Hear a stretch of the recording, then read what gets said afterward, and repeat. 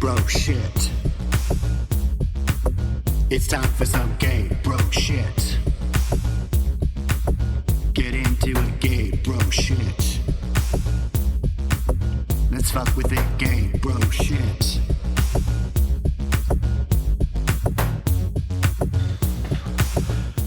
Hey, hi, hello, bros and hoes and thems and theys and everybody else. This is Gay Bro Shit, a podcast for you. And you can call me Brosephine Bonaparte because I too love a short king. Although Napoleon wasn't that short and he was never a king. Because history is complex and people always want to simplify it to the point of abstraction. A week ago, I released the first 4 episodes and did 0 marketing. So I'm delighted to see y'all are already listening, and especially the 25% of my audience listening in Japan. I did not expect that development whatsoever, but I would love to go there someday soon. Mostly because I want to go to various theme parks there, because that is my nerd hobby. And also because Tokyo is the city with the most gay bars in the entire world. And if they're a little bit different than the bars that we have, I would say, in the Western world, in the sense that most of them are really small, and they cater to very specific niches, sort of. So I find that that's really interesting, even though I probably won't end up going to all that many of them, but I will definitely want to check out what are called GMPD bars, which focus on sort of the bear spectrum. I want to check that out. Okay, so today we will be talking about body dysmorphic disorder and a few related concepts. And for me, this was an important foundational topic for the show because it lays the groundwork for a lot of the body image conversations we're going to have. And it was also something I was very slow to get into because it was pretty research intensive. And I had a bunch of assumptions I was operating on going in. And as I did research, I realized I was definitely not as knowledgeable as I thought. So I got to learn a lot, which is always a great thing. And, this is a massive topic that could fuel several PhD dissertations. So first, we have to start by getting very technical and giving some definitions. So let's open up our old friend, the DSM, which is literally the guidebook for mental health professionals to issue diagnoses. And according to that book, speaking of which, whenever that next DSM, I think we're on 6 now. Anyway, when that DSM drops, if you thought Britney or Prince Harry's book releases were big, this one's going to be massive. Anyway, back to what it says. So it is a 4-part definition for body dysmorphic disorder. A, preoccupation with one or more perceived defects or flaws in physical appearance that are not observable or appear slight to others. B, at some point during the course of the disorder, the individual has performed repetitive behaviors. Examples include mirror checking, excessive grooming, skin picking, reassurance seeking, or mental acts, such as comparing his or her appearance with that of others in response to the appearance concerns. So, in common usage, these first 2 points are really what most people mean when they say body dysmorphia. But this only sort of describes the feelings and behaviors experienced. And I think this is what most people experience when they say they have it or they think they have it. But in order to become classified as a disorder, we need to go a little bit further. So C, the preoccupation causes clinically significant distress or impairment in social, occupational, or other areas of functioning. And D, the appearance preoccupation is not better explained by concerns with body fat or weight in an individual whose symptoms meet diagnostic criteria for an eating disorder. So most people who say or think they have body dysmorphia probably don't experience it as a disorder, meaning they probably don't experience clinically significant distress or impairment. Most people who experience feelings or behaviors of body dysmorphia can still go to work, leave the house, experience a social life, go on dates, have sex, whereas people with the disorder cannot do these things because they are so preoccupied with their appearance. And we don't know exactly how many people have the disorder itself because it tends to be underdiagnosed, but it's probably somewhere between 1 and 2.5% of the population. And about 1/3 of the people who have the disorder experience what's called the delusional subtype, where they're seeing things that literally don't exist. And for the remainder of people, the object of their fixation may be real, but they're overvaluing the importance of it. The disorder itself is classified in with obsessive compulsive disorder because the behaviors are similar. So when we talk about body dysmorphia as a cultural phenomenon, we're just generally talking about the thoughts and feelings we have that are caused by the way we view our physical selves, that cause us some amount of distress and preoccupation. And for the rest of the episode, we're most likely talking about this version of body dysmorphia that is not technically a disorder, but just a subset of low self-esteem or self-image. There is also a related issue called body image disturbance, which is not a disorder in and of itself, but is typically a symptom of someone with an eating disorder.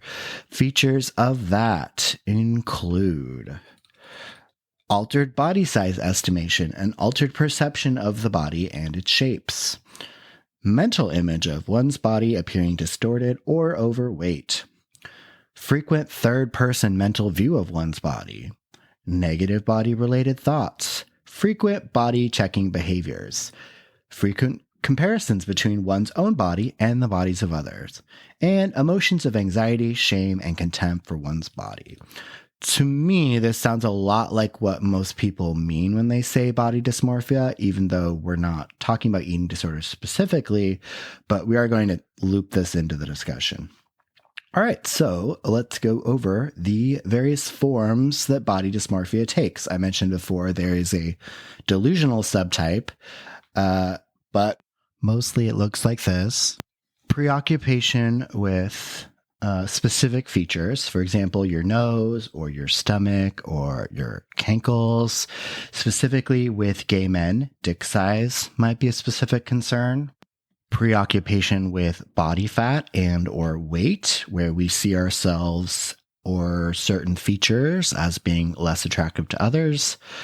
This is what is most commonly experienced by women, but it can certainly also be experienced by cis gay men and is certainly experienced by a lot of trans and non-binary people as well, because, well, the cultural preference for trans women and non-binary people is to be thin. It also takes the form of muscle dysmorphia, or what is called bigorexia, which is when you think your muscles are insufficiently large or underdeveloped. I think this is what most of the people are listening will have experienced because it's much more common in men, particularly cis gay men. So I found a study out of New Zealand and Australia, and I'm going to read this section from it. It has been observed that men who have sex with men, MSM, have a unique relationship with the development of muscle dysmorphia symptoms.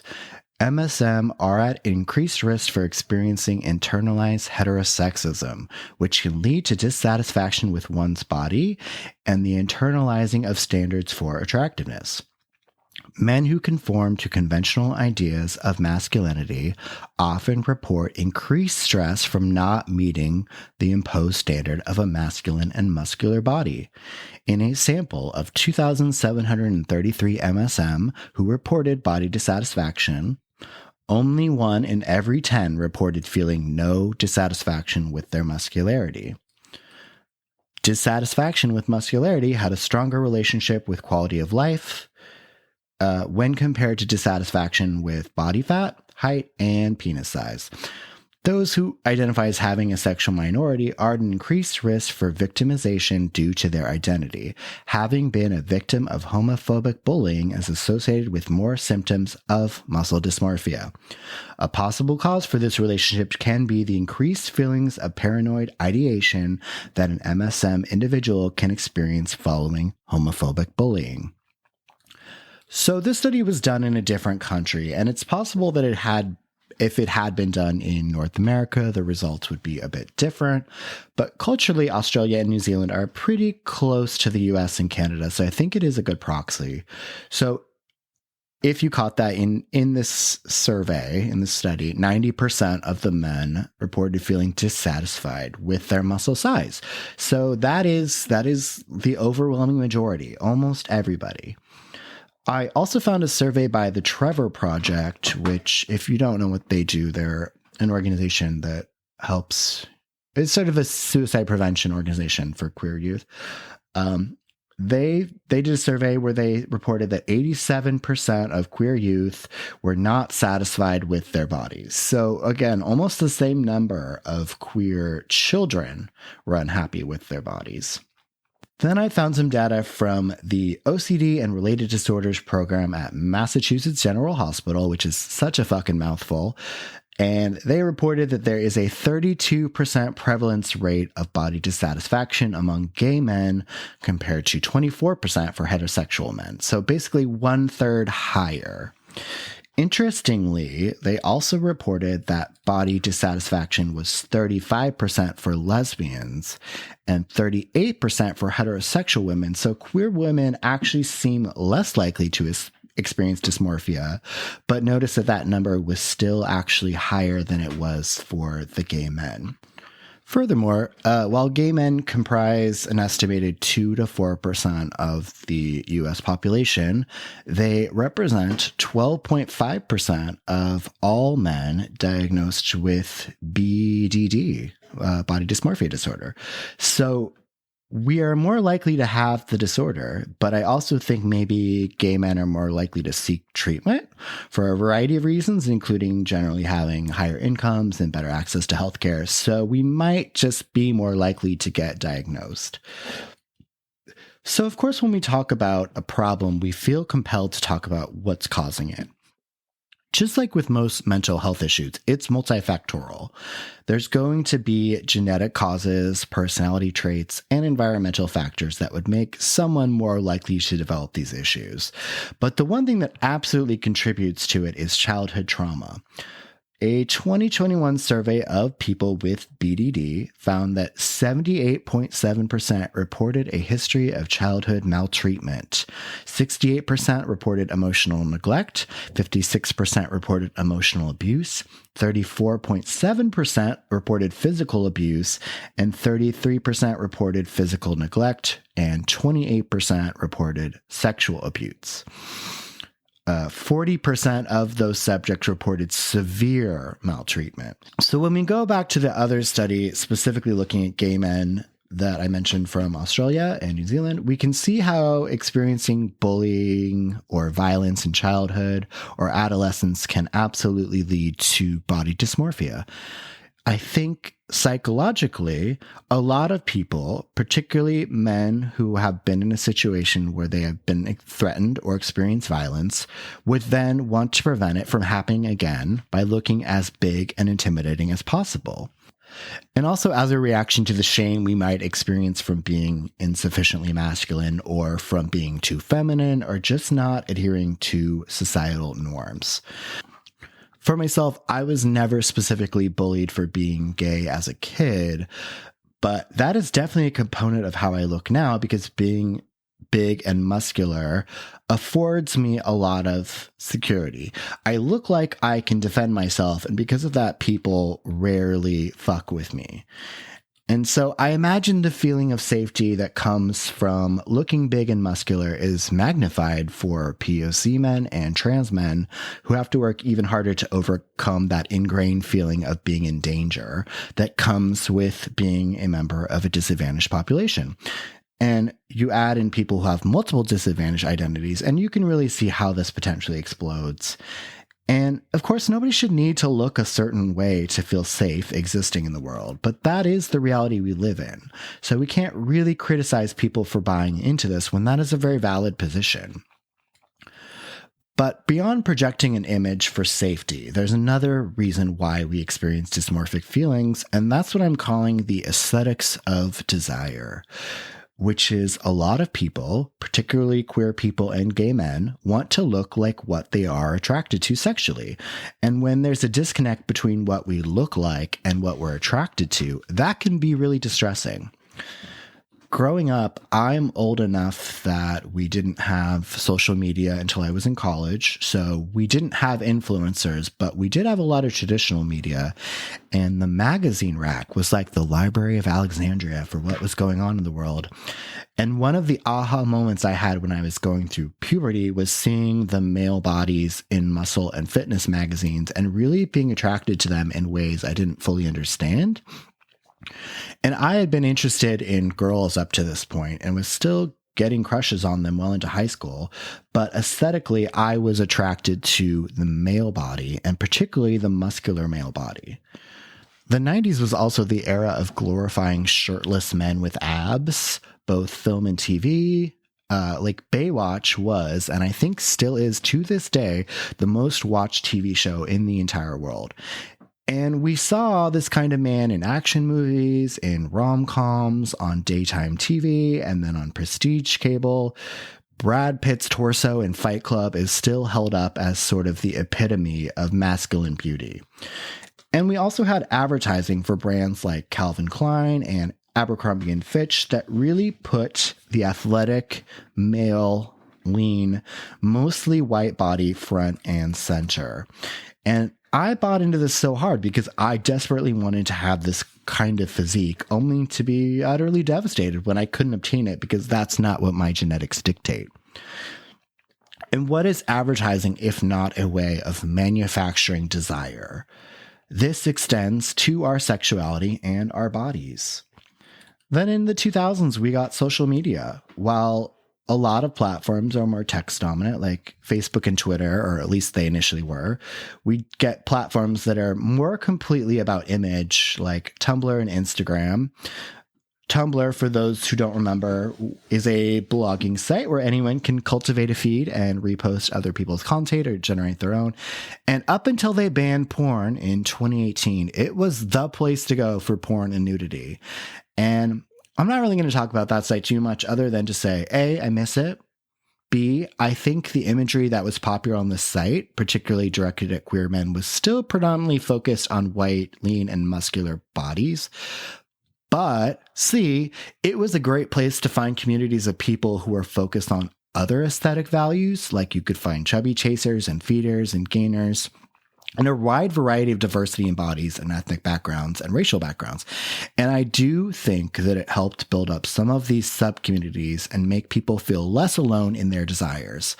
I personally found it really empowering to see how many people were into stocky men like myself. And I'm sure a lot of other people found it empowering to see people who looked like themselves being shared and held up as objects of desire. In 2010, we got perhaps what is the most harmful app of all, Instagram. And the wild thing about this app is that the company itself knows that it is harmful. So the Wall Street Journal ran a story where they reported on an internal presentation that the company gave that found that when 32% of teenage girls felt bad about their bodies, Instagram made them feel worse. They also found that Instagram's research showed that among teenage users who reported suicidal thoughts, 13% of British users and 6% of American users traced those feelings to their use of Instagram.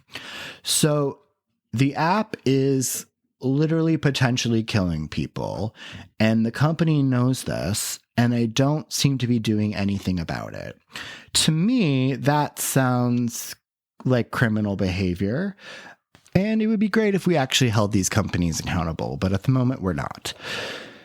So notice I said girls specifically, but a separate study found that men and women experience Instagram-caused distress at the same rate. So we can extrapolate and say that a third of all people of all genders experience feeling bad about their bodies specifically because of Instagram. Another study looked at a sample of more than 3,000 random Instagram posts that focused specifically on male fitness. And they found these posts using a selection of hashtags related to lifting and fitness and a few other terms. And when looking at these sample of random Instagram posts, they found that 62% of the posts featured men with low body fat and only 6% showed people with high body fat. 41% of the posts showed men with high muscularity, while 17% featured men with low muscularity.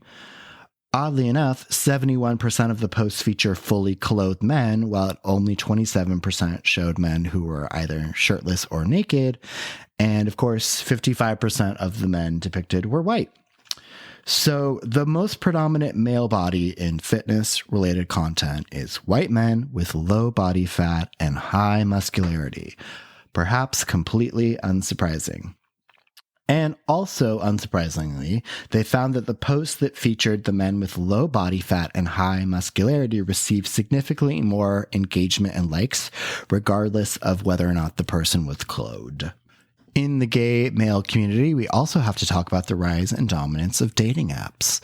According to our Bible, Wikipedia.org, the first gay-centered dating website was Gaydar, which launched in 1999, and it was the most popular website for the first 5 or 6 years of online dating, well, specifically for gay men.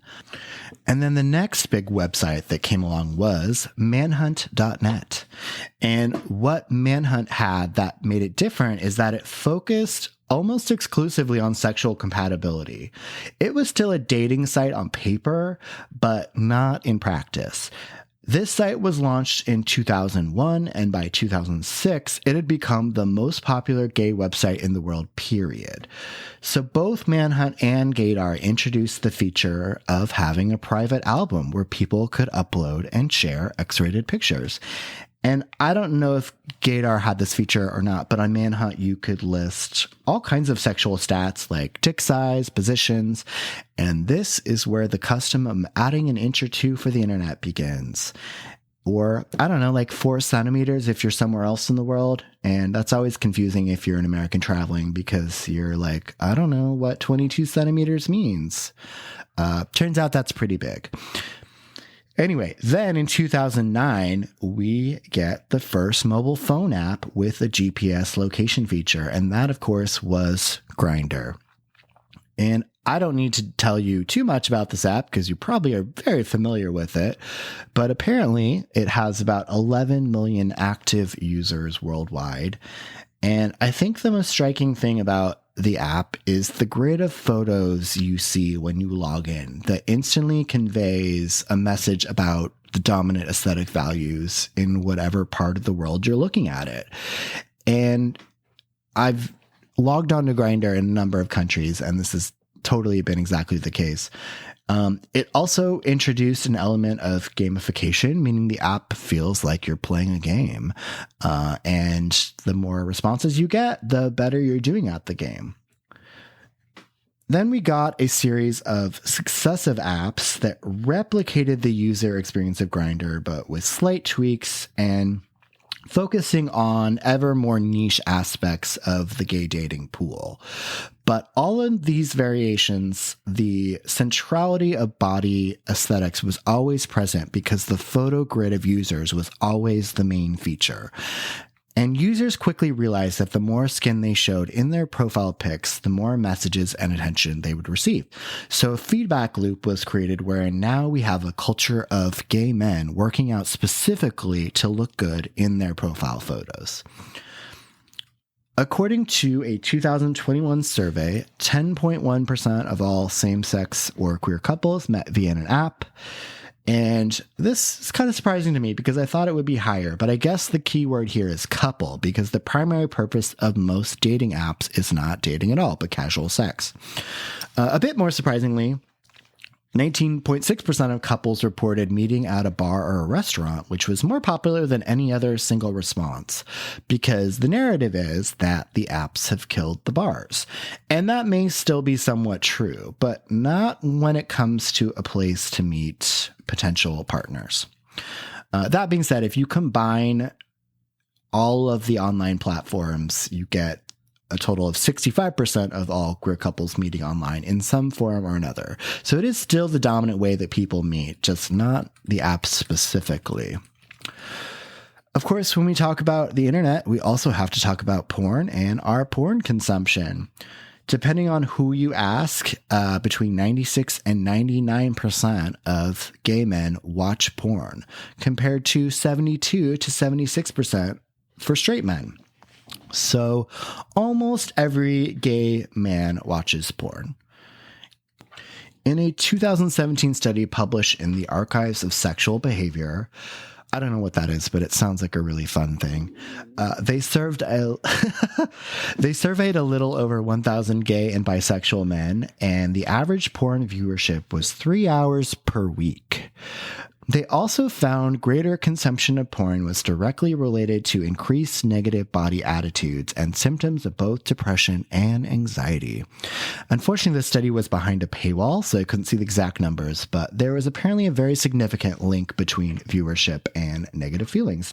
And to be clear, I'm not demonizing porn because I think it has a ton of benefits, and I'm really just throwing it onto the pile of things that influence how we feel about our bodies. Another study released in 2023 found that men who viewed porn were more likely to develop eating disorders. And again, this was behind a paywall, so I couldn't see exactly what numbers they found. Maybe if the show ever makes any money, I'll start spending money buying these studies to read. And also in late breaking news, Pornhub just released their year in review for 2023, and we can take a look at the top search and category terms to see what aesthetics are popular. In terms of search terms, the number one term was twink, followed by anime, pinoi, I hope I'm saying that right, Asian, and hentai. So definitely a theme there. Notably, bare or chubby or any other body type was not on the list. And then if we look at what categories were popular, and that's the ones that Pornhub has already designated, the number one category was straight guys, followed by black, and then twink in third place. Way down at the very bottom of the list was bare. I then cross-referenced the actual categories on Pornhub because, it was an excuse to go to the site. And the categories that did not make the list of most popular were chubby, jock, and muscular. And that was surprising because bare was more popular than muscular or jock even. So from this, we can glean that the thin body still dominates in the aesthetic of porn. And the elephant in the room here, or rather the elephant trunk in the room, is how porn might give us a warped perception of dick size, because most male porn stars have dicks that are at least above average. So if we're exposed to a lot of dicks via porn, it's easy for us to assume that that's the norm, and therefore our dick might be small. But of course, the angle that we look at our dicks from above is very different than the angles we see dicks filmed at in porn. So that warps our perceptions right there.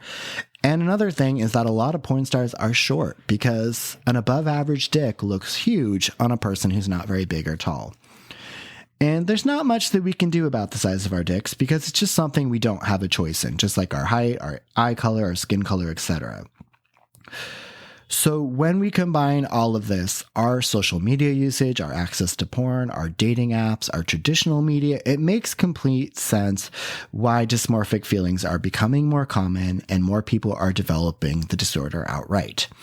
It used to be that you had to seek these images out. You had to look at the magazines. You had to go watch the film. And buying porn was a hassle. It was really expensive. You had to go to the porn store and there may not have been one near you. or you had to buy something through a mail order catalog. And they were charging like $50 for a new release DVD in the early 2000s. I think in the early 90s, it was at least $20 for a new VHS.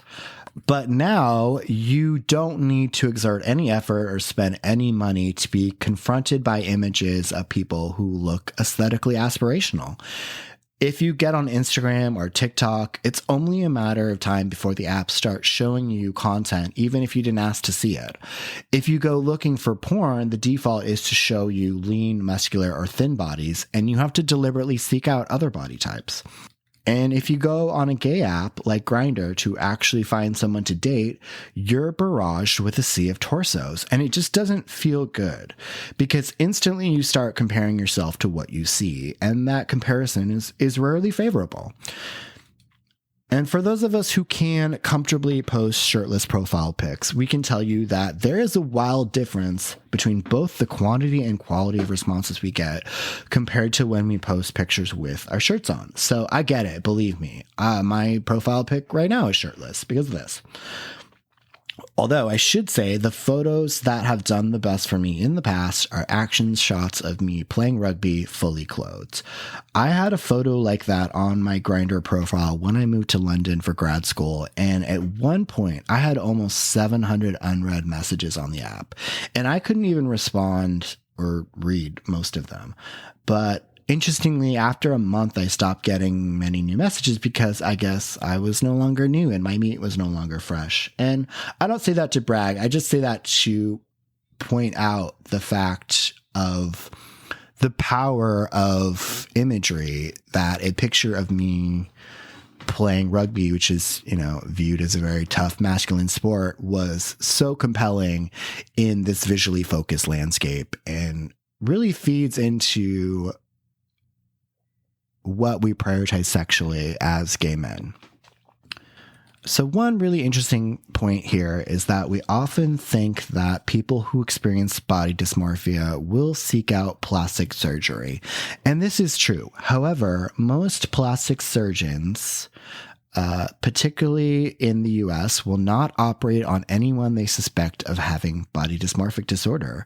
And in the US specifically, it is expressly forbidden. In other countries, this might not be the case, and we certainly see a lot of people traveling to get work done that people won't do in the US because they're just not allowed to.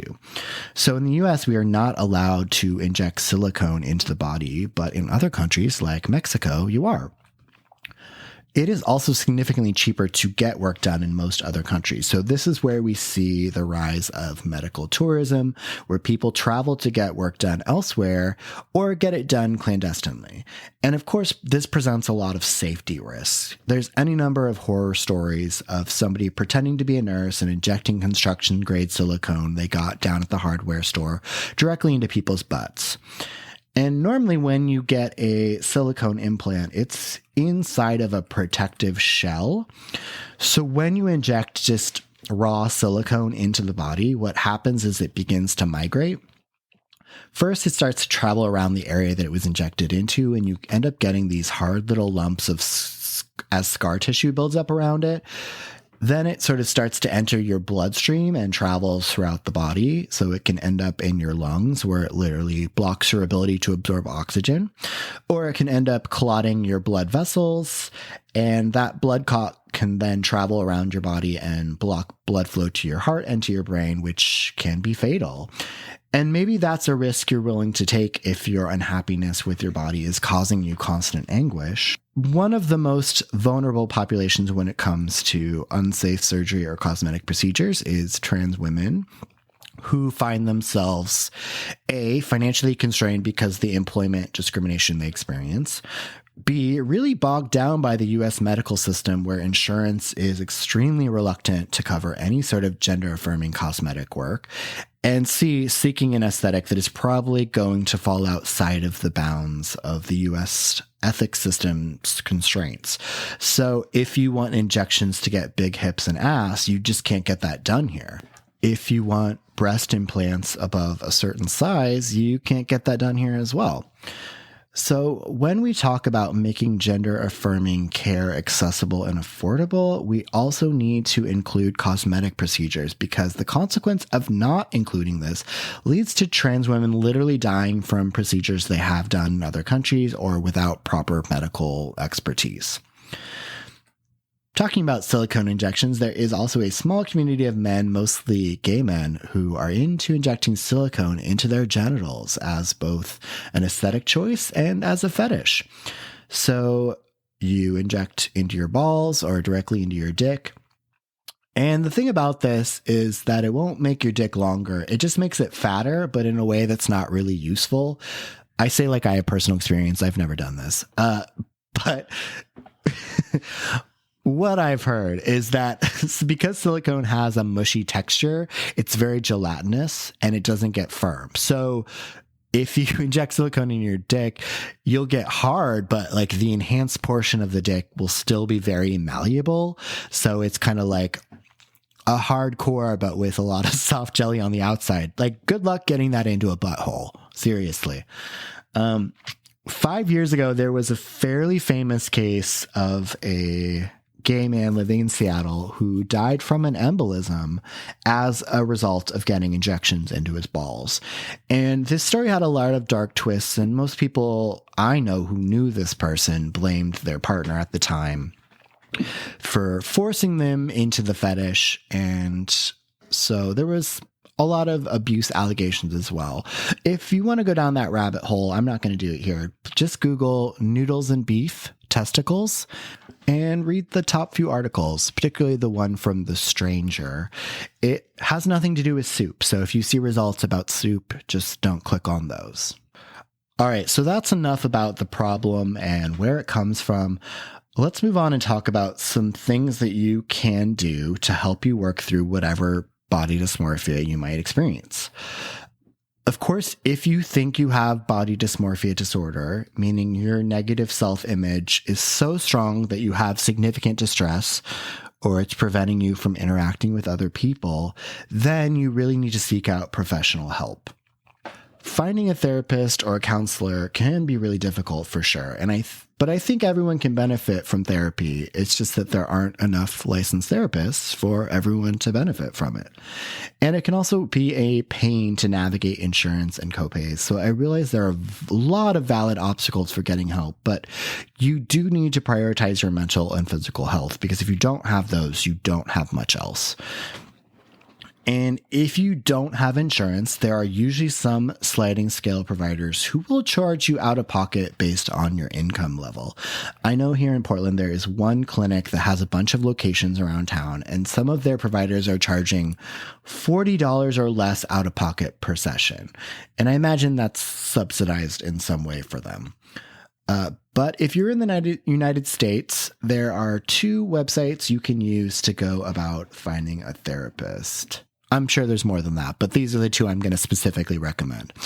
The first one is to go to the Psychology Today website and use their Therapist Finder tool. You can filter by insurance and whether or not people are actively taking on new clients and a bunch of other filters, including like type of therapy. And the trick with this is to contact between 10 and 15 providers, which is admittedly tedious because you're going to be calling and emailing people.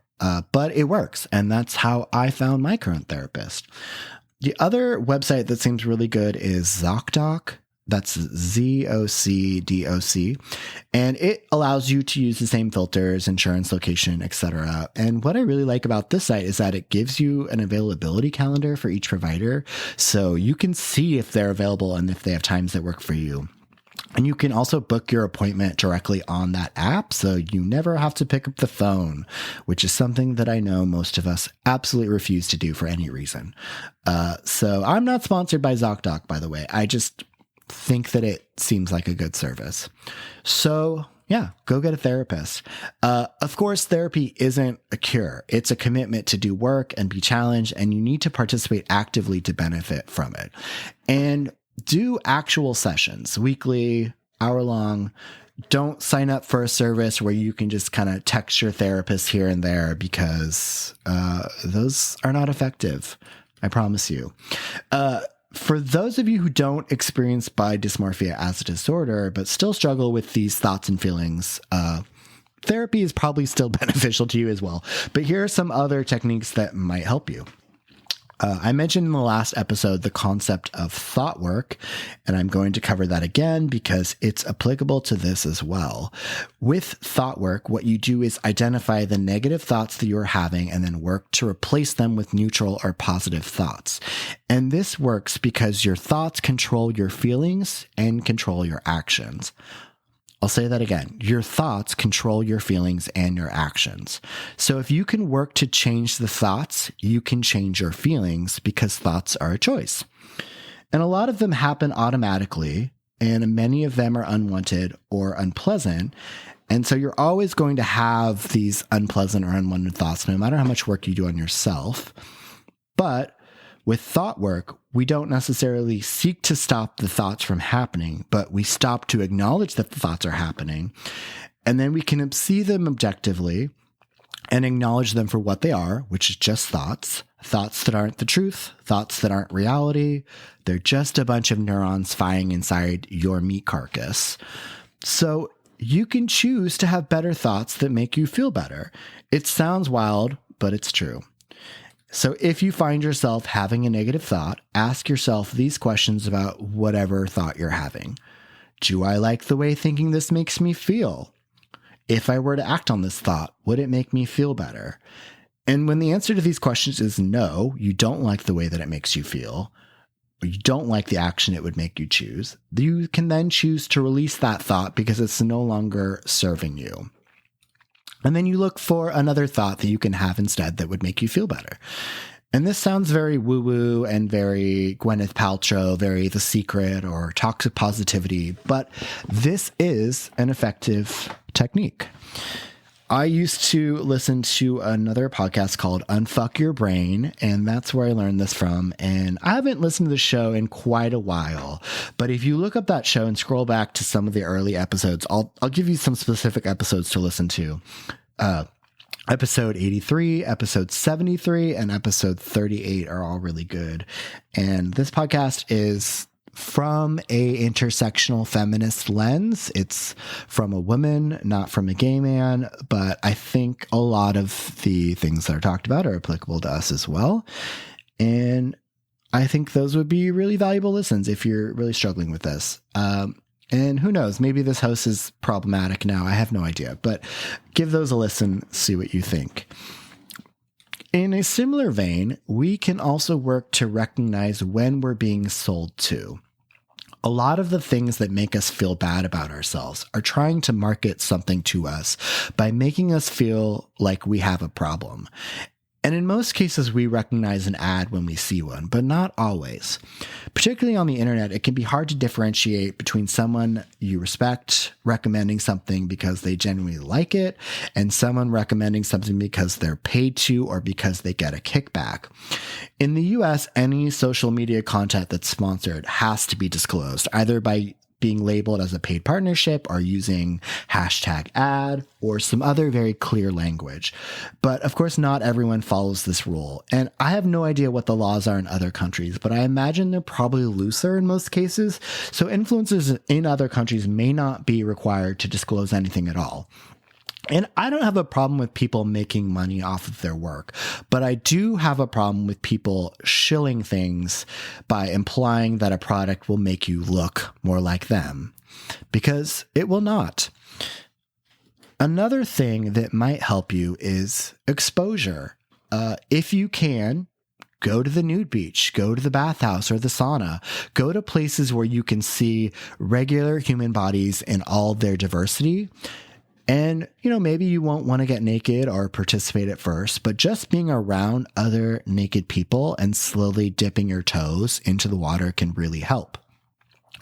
Or if you're not ready to go somewhere cruisy like a nude beach or a bathhouse or a sauna, just going to a regular ass beach or going to a public pool or going to a water park can help for the same reasons. This summer I went to a water park in the Midwest, and being shirtless and waiting in lines with all the other people in their swimwear was really reaffirming for me, because out of the thousands of people I saw there, very few people looked anything close to a fitness influencer or a porn star, and maybe like one person all day. So seeing my torso next to all these different other examples of male torsos was nice, because I felt like I looked pretty good objectively. And I'm not saying that we should be comparing ourselves to others constantly, because I think that that's pretty much a losing game. But I think it can be okay to boost your ego once in a while by just comparing yourself favorably. And I'm also not saying that going to the beach at, let's say, Fire Island Pines or South Beach or the pool party on a gay cruise are places that are notoriously image assessed will make you feel better, because in that case, it might not.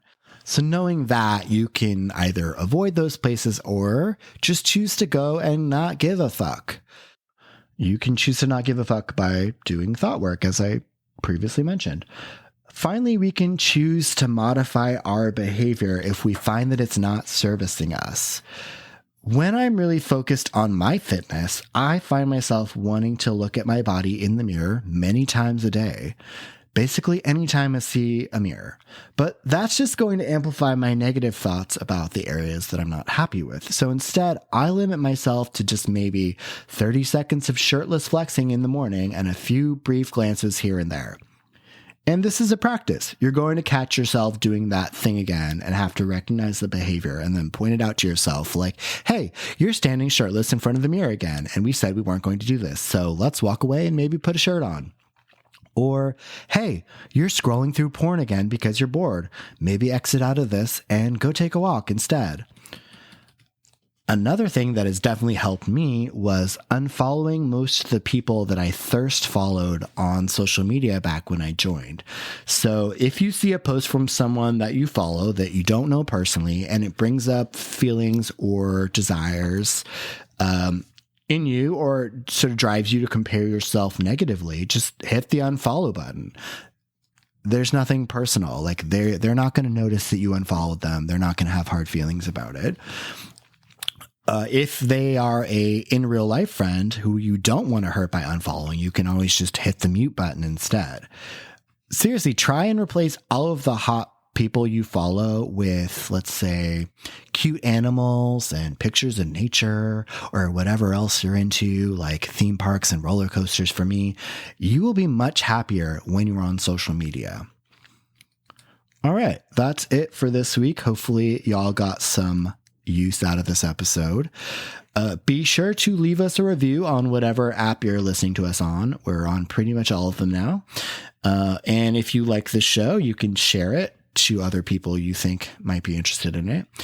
And I just went live with the show last week, and so I'm very deeply uninterested in doing a bunch of marketing right now. So it really helps me out if you can help me get the word out.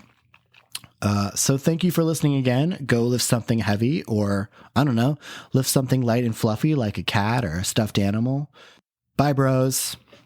That's why we're living it up at the butt sex disco, getting it on with all of my homos, loving it up at the butt sex disco, dancing around like I'm Yoko Ono, queering it up at the butt sex disco, spinning around to fend off my FOMO, getting it up at the butt sex disco, never go